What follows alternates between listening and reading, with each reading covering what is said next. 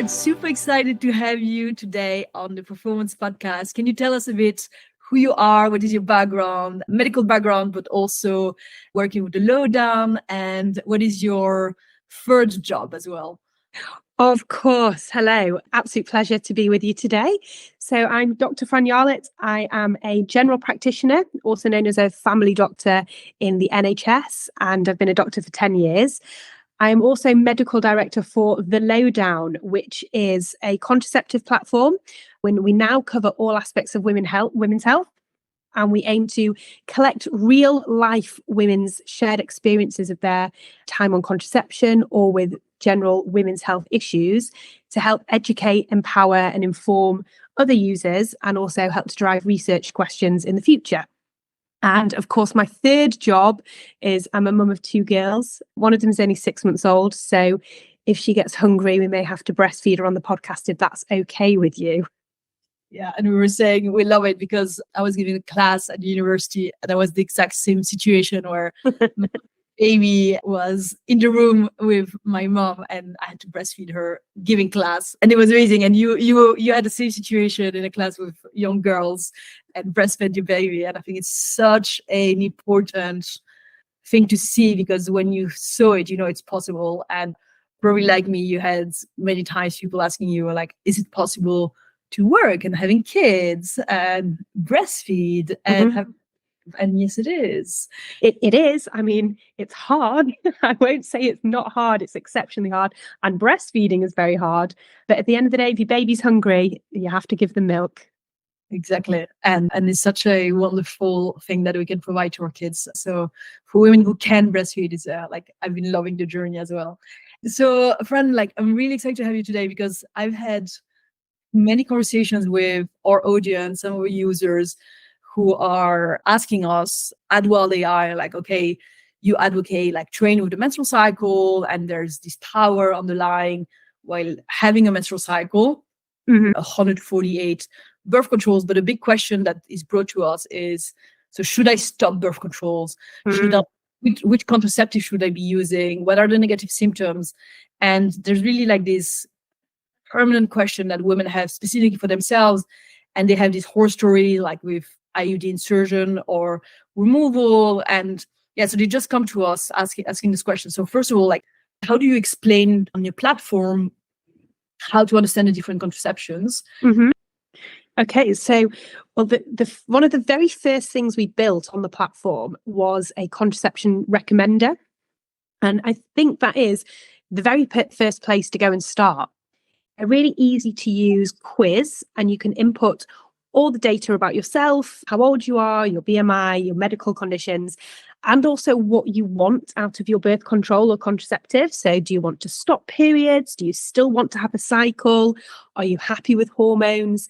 You fill all that in, and then we will give you 3 options that will suit you. And then when you have those 3 options, that's when you can dive into the website, read all of our medically checked and accurate content, and then make the best choice for you. If you still aren't sure, we have clinicians like myself and the team who are there to book an appointment with and go into much deeper dive if you really want to get to know the best individual advice for yourself. So that's the first thing to do. Use the contraception recommender and then take it from there. What is your take on contraceptive versus non-contraceptive? So we have women who are active or athletes and they ask us, there is a contraceptive. Yeah. I mean, that's such a broad question because when you say, should I use a contraceptive? There are so many different types of contraceptives. So I suppose one of the best questions is, should I use hormonal contraception or should I not use hormonal contraception? And this is a question we are getting asked so much at the Lowdown at the moment. It's been all over social media, and there is a real rhetoric at the moment that hormonal contraception is the devil. First thing I say is it's not the devil, because for some women, hormonal contraception is life-changing. For example, if you have heavy, painful periods, hormonal contraception can make those periods much lighter or even stop them. And if you're an elite athlete who is a swimmer, having very heavy painful periods may mean that you can't train or compete to your best for 1 week every month. So stopping those periods can be a real benefit for an individual. And not only that, other benefits such as reducing PMS and PMDD mood changes throughout your cycle, helping with your skin, which may not be related so much to performance, but if you feel good about yourself, that's only going to make you perform better, I think. And not only that, hormonal contraceptives in terms of the benefit for society as a whole is huge. If we look at what happened in the 1960s, which we were talking about before, when the pill was first created, it's led to such empowerment of women. It's really, really dramatically helped to improve gender equality because women can choose when we get pregnant. And if we continue to look at society for a whole, if we think about climate change, being able to control when you have children and control the population's got real benefits for climate change for the future as well. So should you come off a contraceptive, think about it first. Hormonal contraception isn't the devil. There are loads of benefits. And then when we talk about non-hormonal contraceptives, again, it's very individual. So if you are wanting to stop your periods or get the hormone benefits, you're not going to get them with things like the copper IUD or natural cycles or natural family planning, but you do know your own body because you're still having a cycle when you use those methods. However, if we talk about the copper IUD, that can make your periods heavier, more painful or longer, which can affect how you train. And natural cycles, great option for a lot of women. And I know you've had Elina on the podcast before, but what you have to remember about natural cycles is you get out of it what you put in. So if you're willing and able to wake up every single morning, check your temperature or keep your wearable on and make sure that you're using condoms on the red days, it can be very effective at preventing pregnancy. If you're not so good, it might not be the best option for you. So that's some sort of broad brushstrokes about whether to use contraception or not. But it might be more useful to talk about specific methods if anyone's asked you any of those questions, Helene. Yeah, I would love to cover what can you actually give us a breakdown of the actual, because a lot of women also don't really know their option. They're like, okay, I chose that because my gynecologist just told me, why don't you try this one? So whether it's ones and yeah. So, and again, that's really common because you don't, there's so many options. Where do you start from? And that's why it's good to have a tool like the recommender to go off. I think the most common one that women are started on when they're younger, say you're between 14 to 18, looking to go on contraception for the first time, it's often a pill. And usually the combined pill, which is started first, called the combined because it contains two hormones, estrogen and progestogen. And that is the pill which traditionally was taken every single day for 21 days of a packet, and then a 7-day break or 7 placebo pills with no hormones in, where you would have a bleed and then restart taking the packet again. However, did you know that nowadays you don't have to have that bleed, which is quite exciting. And you can now take the pill continuously without a break at all until you start getting spotting, and then have a short break. I often tell women to use Fran's rule of 4. Dr. Fran's rule of 4, if you bleed or have breakthrough spotting for 4 days while taking the combined pill continuously, have a 4-day break and then start taking it again. And that way, it means that you can reduce the number of monthly bleeds you're having and often reduce a lot of the side effects, because that's one of the main things with the pill that women worry about is the side effects. So, I mean, I'm sure you'll have heard of most of them, Helene. Which ones are the ones that you talk about the most? It's weight gain, loss of sex drive, affects your skin, mood changes. And we hear of them all the time at the Lowdown. The website allows women to report those different side effects with each method.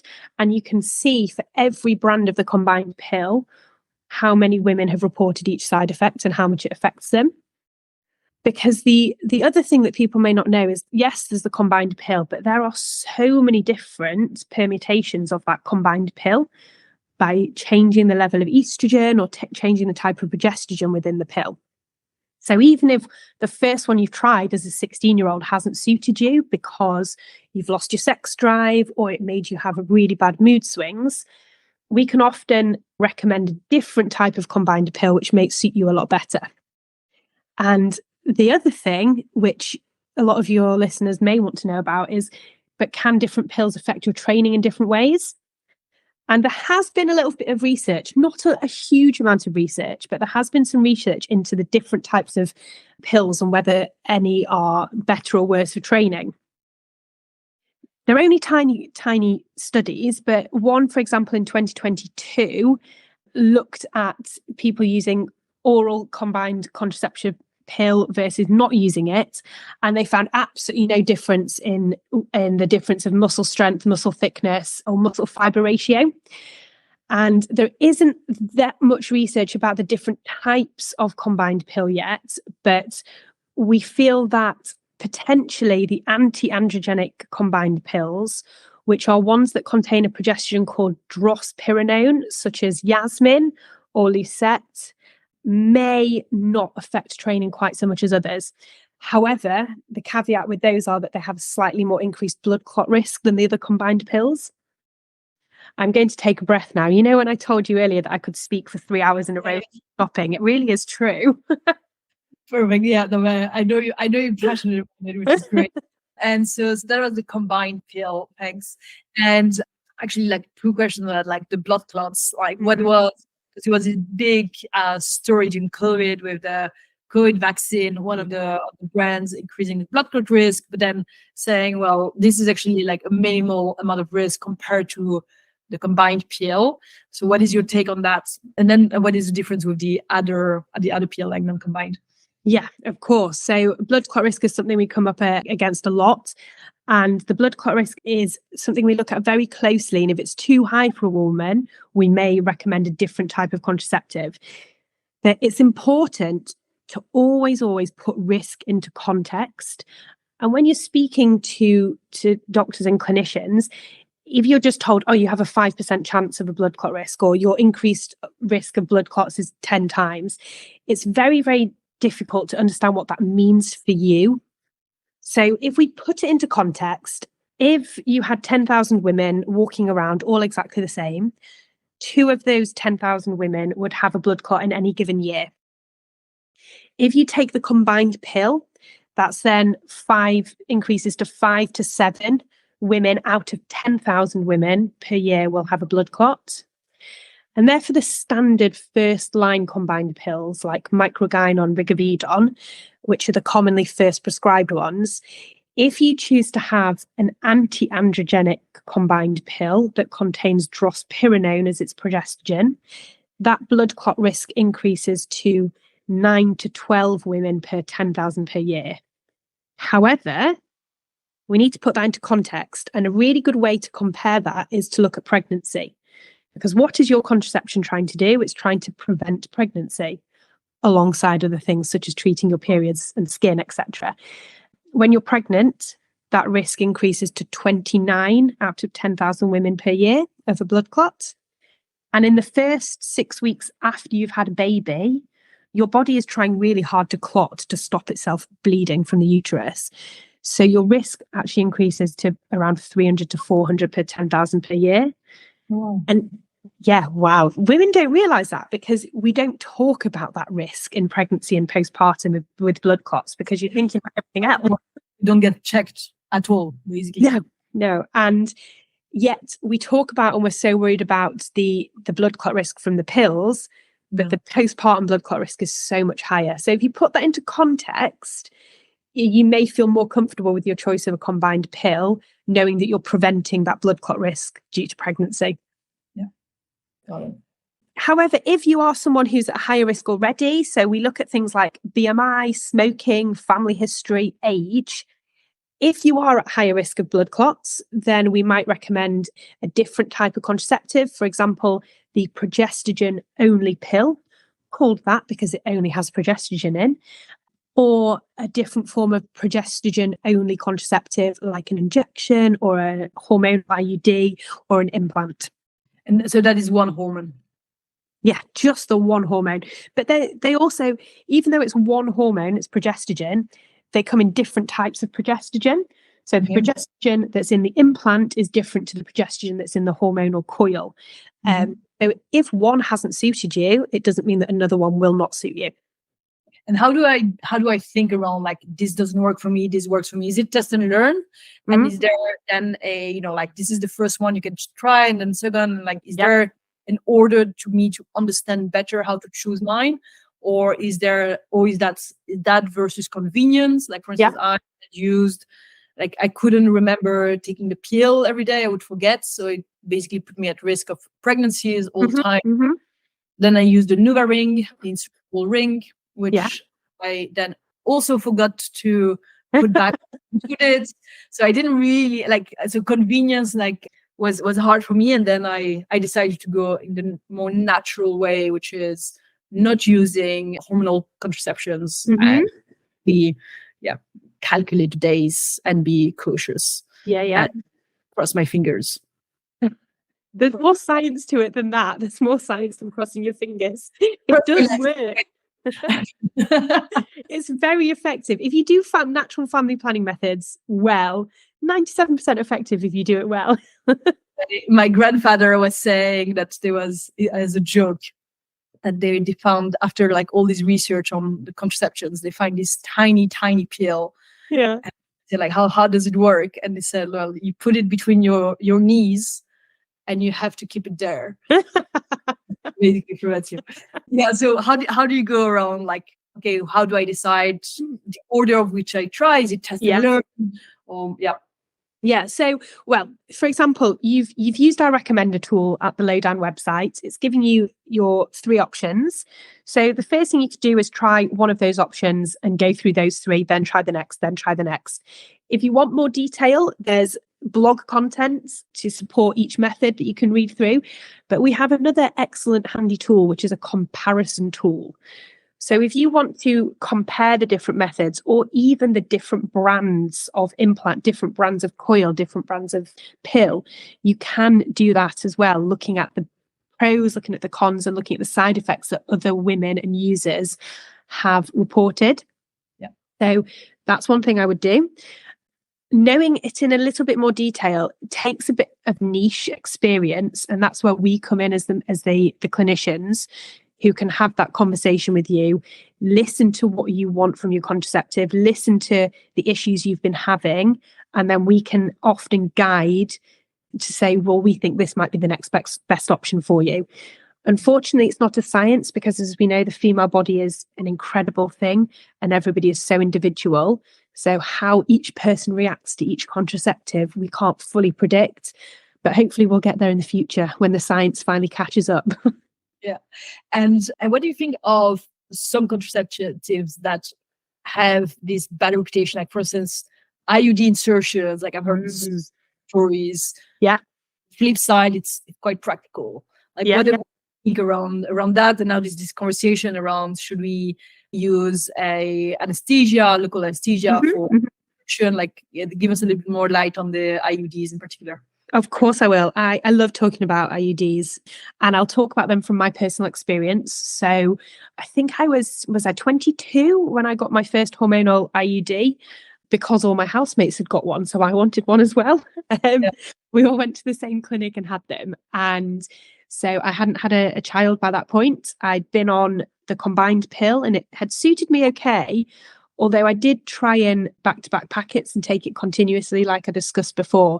And I found that when I had taken 3 packets in a row, then I had a break, I went insane. I went clinically insane, like I was on the border of insanity. So thought I'd try the hormonal IUS. Benefits of that are that majority of women will have much, much lighter periods, 90% less menstrual blood, and 50% of women will not have periods at all after 12 months. So I went to get it in, and I had a local anaesthetic injection into my cervix, which was pretty painful and stung quite a lot. And then when it was inserted, I just had very bad cramping and went a little bit woozy, because when the cervix is touched and we have to clamp down on the cervix to hold it in position to insert the coil, it can induce a response in the body where your heart rate drops. So my heart rate dropped, I think it was just below 50. So I was feeling, my resting heart rate's higher than that. I was feeling quite awful. But then it was in, and I recovered and felt better within about 10 minutes. I had cramping for 10 days on and off. And then I had 4.5 years of absolute glorious bliss where I didn't have to think about birth control at all. Yes, I got a bit of acne initially. Yes, I was a little bit anxious for a few weeks. And I did have some awful experiences where I had some very bad bleeding after intercourse. But on the whole, I loved my hormonal IUS. So then I had it out. I went back on the pill for a little bit longer, and then I had my 2 children. And I've just had mine put back in 4 weeks ago. And this time I went there. I was terrible. I forgot to take pain relief before, forgot to take a hot water bottle. I drove myself to the appointment. This is what happens when you have kids. You don't look after yourself. And when it was put in, I did not feel a thing. She used a local anaesthetic spray. So it worked very quickly within about 3 minutes. And the practitioner was so experienced that when they used the clamp down, it's called a tenaculum, to hold the cervix in place. She said, I'm so experienced that I know when I've got a good enough grip, so I don't need to clamp it on fully, because that's often the most painful part. So because she didn't fully clamp down and I had that local anaesthetic spray, I didn't feel a thing. And I'm currently trying to record my side effects as a bit of a vlog to help other women understand what it's like. Now I'm still spotting a little bit about 4 weeks later, but I can deal with that because I know now that it's in and it's been extended, so I can have this hormonal IUS in for 8 years now without having to have it changed, which is incredible. I don't have to think about it. So I'm a huge fan of them if they suit you. The insertion procedure is so much better when you have good local anaesthetic. And in the UK, the guidance now is that every single insertion should be offered local anaesthetic injection spray at least. We're not quite up to that standard yet. The latest audit is about only a quarter of people were being offered proper pain relief. But as soon as that is more widespread and everyone is being offered pain relief, I think the insertion is going to be much easier and more people will choose to get the IUDs. What about removal? Is it similar to removal? And removal is so easy. No, removal's a lot different. If it's a simple removal, all we need to do is get you in position, which is often the worst bit. The most embarrassing bit is taking your bits of clothes off and laying there. We use the speculum again, which is the inserter to open the vagina. And if we can see the threads, we just grab hold of them with a clamp, you cough and it comes out. It takes seconds. If, for example, the coil's threads can't be found, often they can tuck themselves behind the cervix or they can go up inside the cervix. We may need to use a little instrument to pull them out before we pull it out. Again, I've had that done with my first coil and it wasn't particularly any more traumatic. It was just another 10 seconds. I didn't feel anything.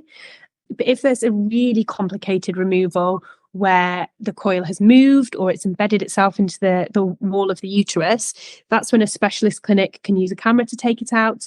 But again, there would be proper pain relief, and that is rare. The majority of them are very simple to come out. And you use the term IUS. What IUS or IUD? IUS stands for intrauterine system. So that's the hormonal IUD. It's very different. It's difficult because there are so many different words for the same thing. So we have IUD, IUS, and coil. Yeah. And in the UK, that is, but worldwide, I feel like we need to have some sort of standardization so that women know what we're actually talking about. Yeah. And can you run us through the how does it work? Like, my understanding is that some contraceptive act as you are pregnant all the time, and some contraceptive act as you are not pregnant. And then can you through some vocabulary, like, for instance, is it a period? Is it the bleeding? Is it a retrieve bleeding? Yeah, so I will go away from the telling your body it's pregnant and not pregnant. I will stick with ovulation or not ovulating.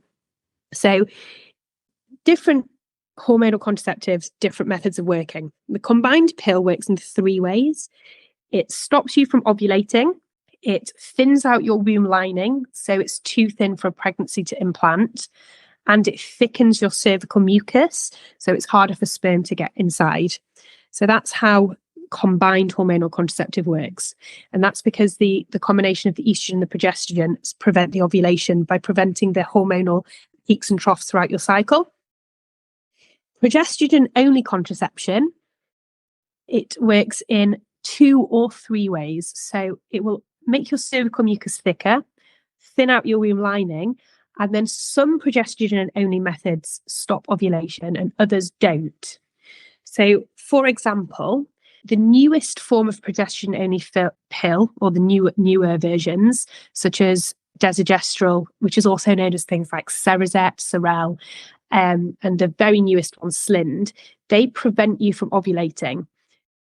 The older ones don't stop you ovulating, so you may still feel cyclical symptoms throughout the month. And similarly with the hormonal coil, about 20% of women will stop ovulating with the hormonal coil. The other 80% will still ovulate because the method is working by thinning the womb lining, thickening the cervical mucus, but not preventing ovulation. And that's actually really interesting when we start talking about side effects. And again, from personal experience, this happened with my first coil. For about 4 years, I know I didn't ovulate because I was steady. My mood and symptoms were steady throughout the month. After about 4 years, I started feeling sore boobs, mood swings for a couple of days each month. And that's because I'd started ovulating again. So I was getting those cyclical symptoms. And that happens because the coil or the IUD or the hormonal IUS itself is secreting tiny amounts of progesterone each day, but through its life cycle, the amount that it secretes gets less and less. And every person has got a threshold for where their ovulation will start happening again and when they'll start getting side effects. So for me, that was around 4 years. The progesterone level went below the threshold where I started to ovulate again. Yeah. So that's how it works, can affect your side effects. And for athletes who are wanting to train to their cycle, but want an effective hormonal contraception, those types of hormonal contraception where you may still ovulate can be a better option for you if that's what you want from your birth control. And in terms of vocabulary, so can you tell us ritual bleeding in the period, bleeding? Yeah. What terms? So if you're using hormonal contraception, it's a withdrawal bleed. It's not a period. Because the definition of a period is that your womb lining is shedding with an egg that has not been fertilized. With hormonal contraception, if you haven't ovulated, you've not got an egg, therefore it's not a period. So when you're using the combined pill or when you were using the Nuva ring, when you stop the pill or take the ring out and have a bleed, that is a withdrawal bleed, not a period. However, if you're not using hormonal contraception and you have a copper IUD, they are periods because you still ovulate with the copper IUD. It's just that the copper is toxic to fertilized egg and sperm, and therefore you're still having a period. Got it. Very interesting. I wonder how they discovered that copper was attacking the sperms. Do you know what? If you read the research, people still don't fully understand the copper oil. We still don't fully understand why it causes its side effects, which are more heavy, painful, longer periods.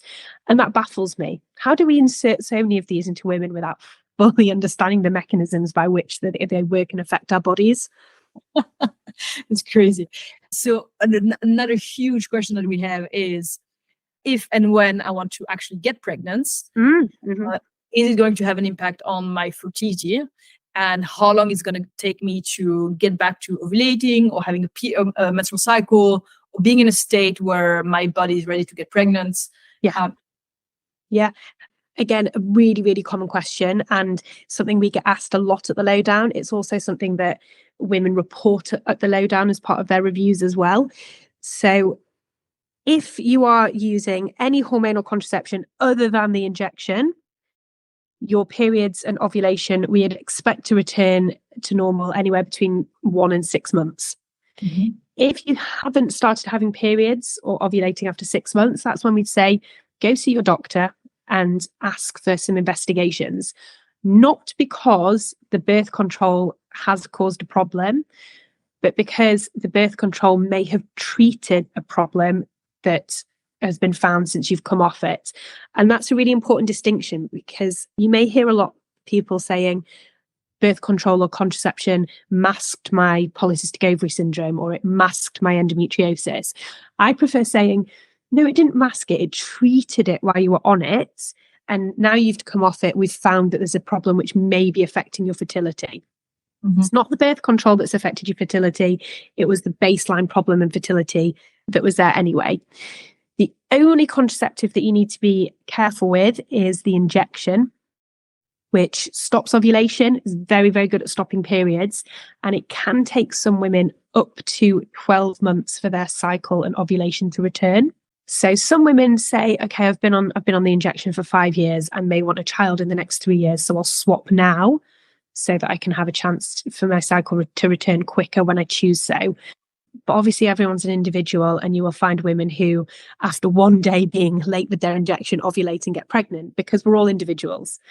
And then, of course, non-hormonal contraceptives, so the copper IUD and natural family planning or family cycles, you're ovulating anyway, you know your cycle, so you can get pregnant straight away. And again, we all have stories. Dr. Becky, who's one of the clinicians at the Lowdown, had her hormonal IUD removed and was pregnant within 2 weeks. She didn't even have a period. Yeah. But then myself, when I came off the pill, it took 7 months for my cycles to come back to normal before I could get pregnant with my first child. Everyone's an individual. Yeah. And so can you recap us like all different names of these contraceptions? Oh my gosh. Okay. This is like a game. Not the brands, but like the buckets. The buckets. Okay. It's tough. I just want all the users to know that I've had no more than 2 hours of consecutive sleep for about 6 weeks. So this is a real test for me. We have the combined methods, and within the combined methods, we have the pill, the patch, and the ring. Yeah. Then we have the progestin-only contraceptive methods, and within that, we have the progestin-only pill, progestin-only implant, injection, coil. Then we have non-hormonal options, which include the copper IUD, natural family planning, and good old barrier methods. So condoms, diaphragms, and caps. Let's not forget good old condoms, because they work exceptionally well for many, many people. Yeah. Awesome. And one big question we have as well is, if I am not ovulating, does it mean that in my egg count, I have more eggs? Does it mean that I will get menopause later? Does it I can have kids later? No, basically. And how do you explain that? Because I know each time we ovulate, we release a certain amount of eggs, of which only one usually grows, and then it gets either fertilized or not, and then it gets shed if it's not fertilized. And if it's not ovulating, where are these eggs going? It's crazy. Where does a lot of things in your body go when they just get released? We don't know. Your body just sort of absorbs them. But if you think about it, when you're born, it's something crazy. I can't remember the exact number. It's about 10 million eggs when you're born. And then when you start reaching menopause, it goes down to 10,000. But have you had, 9,999 periods? No, you haven't. So your eggs and your egg count reduces with age, regardless of if you've used birth control or not. And that's down to many, many factors, including your genetics and your lifestyle, rather than just the birth control. Very interesting. And when you say lifestyle, what can impact? Do we know if there's something that impacts a faster reduction of our egg counts? I don't know particularly about the faster reduction of egg count, but your fertility as a whole can be affected very much by lifestyle. So things such as smoking, alcohol, your weight, your diet. And to really optimize your fertility, there's lots of things you can do looking at lifestyle. That's another area at the Lowdown, which we're supporting women with now. We have, for these exact listeners that you're talking about, those of us who are, we call it fertility curious. So you may be your late 20s, your early 30s thinking, I think I want children in the future, but I'm not quite sure where to start. I'm still on my birth control. I'm thinking about it. We have a tool on the website now that you can fill in everything about yourself, and we can give you recommendations on how to optimize your fertility and what to look at doing in the next few years to help with that. And if you have worries, we do have a fertility expert, Kate, who works with us as well, who you can come and talk to. But yeah, lifestyle can impact fertility a lot. And if you're worried about it, come to the Lowdown website, fill in the tool, see what you can do to help. But if you're an elite athlete, the main thing you want to be doing is making sure you are eating enough and not burning too many calories. Amazing. That's so interesting. Like, so it's like one thing I really didn't know is like, would I haven't been using a birth control for many years, but would my menopause arrive later? If not, so like that's a big mystery that is resolved now. To my last and one of my favorite topics in the whole universe, which is male birth control. Oh, I know it's not the specialty of the Lowdown, but as a doctor and also like a specialist in the sector, I find that obviously 60s sexual liberation, women, we can have sex with whoever, whenever we want, and it's amazing. But then in like basically in the like 70 or like 40, like 60 years ish since then, it seems like the knowledge was a little bit stuck in time, and the responsibility of I want to get pregnant or not really relies on the women. Obviously, we are the one getting pregnant, so us being able to decide what happens in our body is important. But I feel like we very often miss in heterosexual couples the flip side of the equation, which is every single unwanted pregnancy comes from a guy who like didn't regulate his penis. And so what is your take on male birth control, either hormonal, non-hormonal, reversible vasectomies? We'd love to get thoughts on that. Yeah, I completely agree with you. It is still very much the woman's prerogative, birth control, and that's very sad.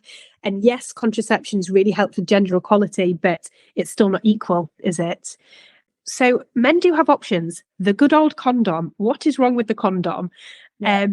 And one thing that really bugs me is men who say, I can't use condoms. I can't use condoms. No, like, I use condom. I'm like, women usually don't come anyway, so yeah. But, also, if you don't respect me enough to use a condom, then you don't respect me enough for me to have sex with you at the end of the day. And that's something which I want to instill on my daughters as they grow older. If a man does not respect you enough to use a condom, no, don't go there. There are different brands, different types of condoms. Men just often need to try them out. But if men are saying, I can't use a condom, is it their problem? Do they have an issue with performance? Are they insecure? Are they worried? And actually, that's all about communication, really. It's all about communication, because men can use condoms. And even if they're allergic, they're latex free. So there's the good old condom. Vasectomies are a fantastic form of birth control.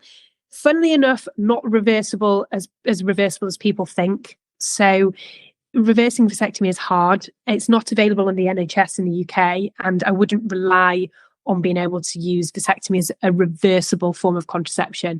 See it more of a permanent form. So make sure that your family is finished before you look at that option. And the side effects rate, are fairly low. There are some risks of infection or pain, but it's a very well tolerated procedure that can literally be done in a lunchtime. So it would be great to see more men choosing to have vasectomy. And I think if it was more talked about, more available, more men would choose to have it. Mm-hmm. And then hormonal male birth control. There are studies ongoing. There has been a big study in Edinburgh in the UK, and it was to do with rubbing a small amount of hormonal gel into the men's shoulders. It's proven that it works. It's reversible. It works. It prevents people from getting pregnant. However, funnily enough, wasn't tolerated that well by all men due to side effects of things such as mood change. And so, men are sort of starting to see what women have been doing to bear the brunt of this responsibility for so long. Yeah. So that's where we're at the moment. How do I think it's going to improve? More research, more demand for research. And the difficulty is we usually release one egg a month. We get pregnant and we keep, grow a baby for 9 months. Whereas men release hundreds of thousands, millions of sperm, and they can father however many children they want in 9 months, however much time they have. So it's harder to sort of control that than it is the one egg a month. But research and science will get there if we just keep pushing for it. Yeah. I find it's interesting. I also find many men I speak with find it emasculating, whereas I have a different opinion, which I think is very empowering. Like they can basically, if they control where their sperm is going, like their their fertile sperm is going, they can basically have sex however they want. So it's actually really empowering, and they can like splash and have a great sex life without worrying of unwanted pregnancies. Or the way we raised, they're like, it's not really one of my concerns. I'm like, well, it should be. Like, I know quite a few of my male friends who got kids unwanted, like really. Because the point of contraception is that there should be no child unwanted. Every child should be wanted.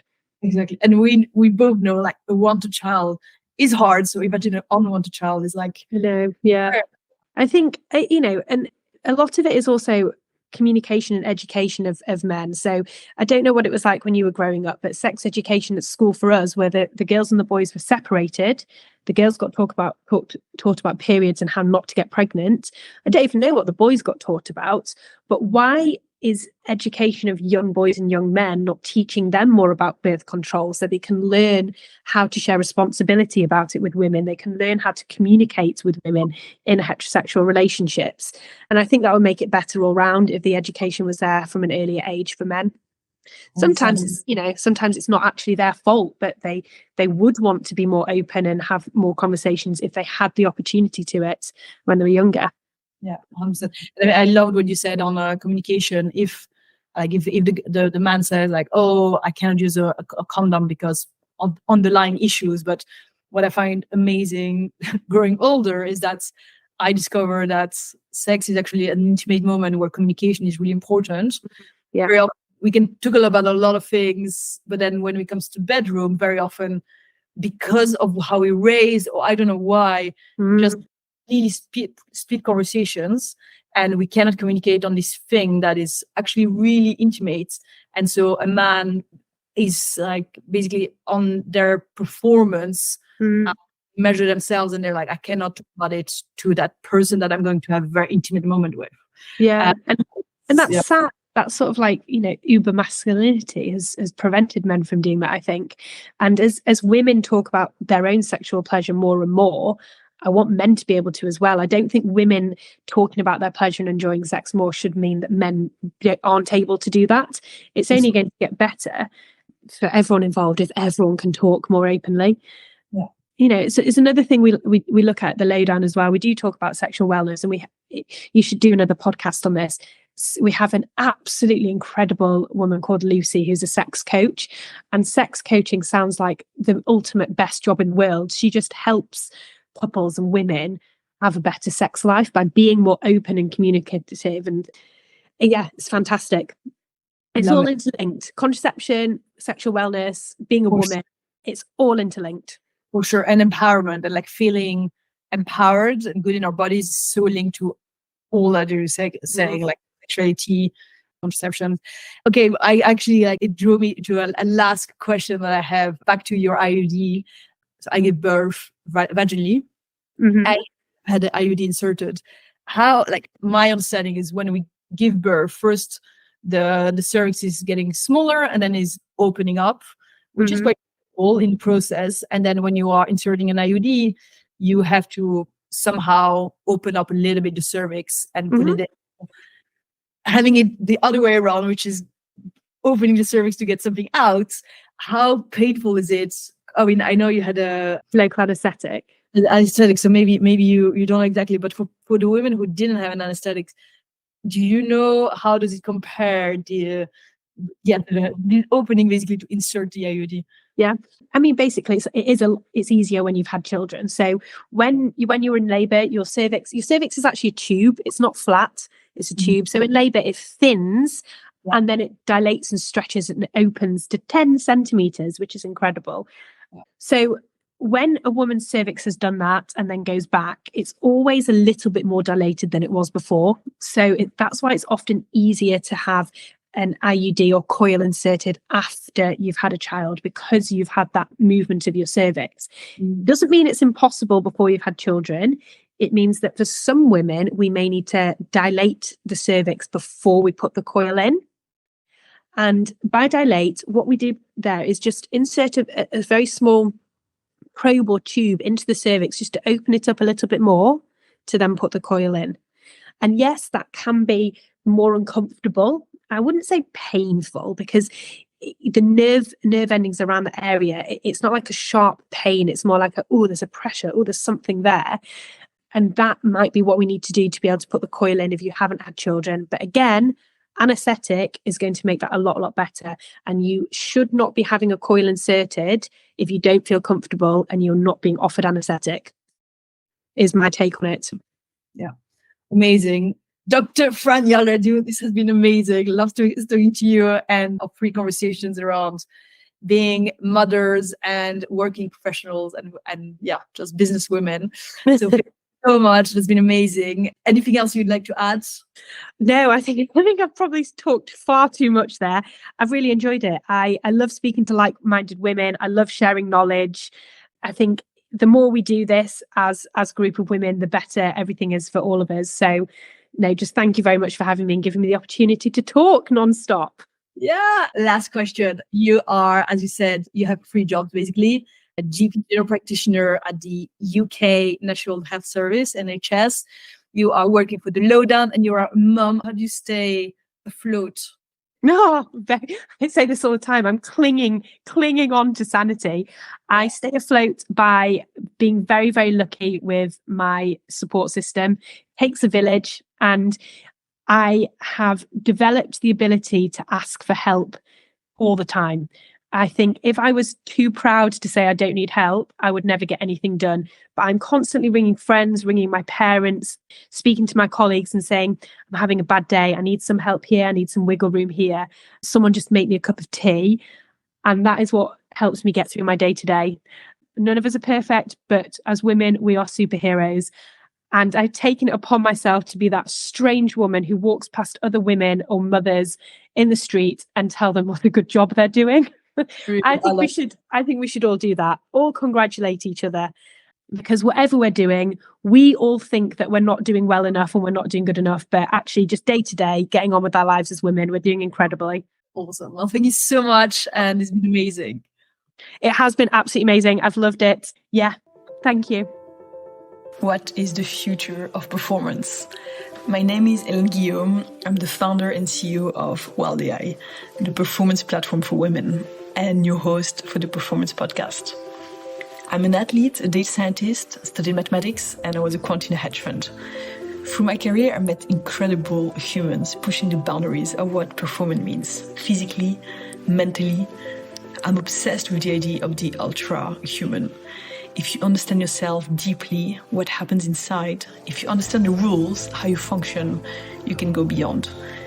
I liked experiencing and playing with my own body on that. Running 100k ultramarathons, swimming in ice at 5:30 a.m.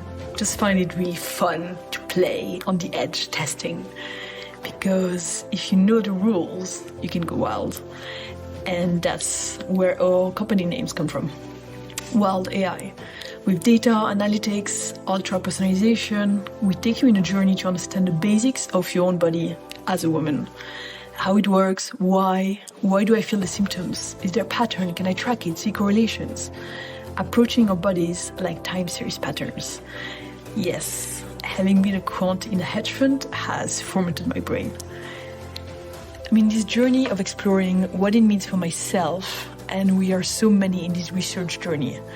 And this show is me exploring the next frontier. What is performance? What do humans do around biohacking, tracking, life hacks, health optimization?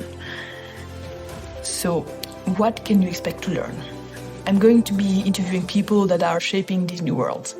Athletes, doctors, entrepreneurs, building groundbreaking technologies, biohackers testing on themselves, really shaping the future of performance.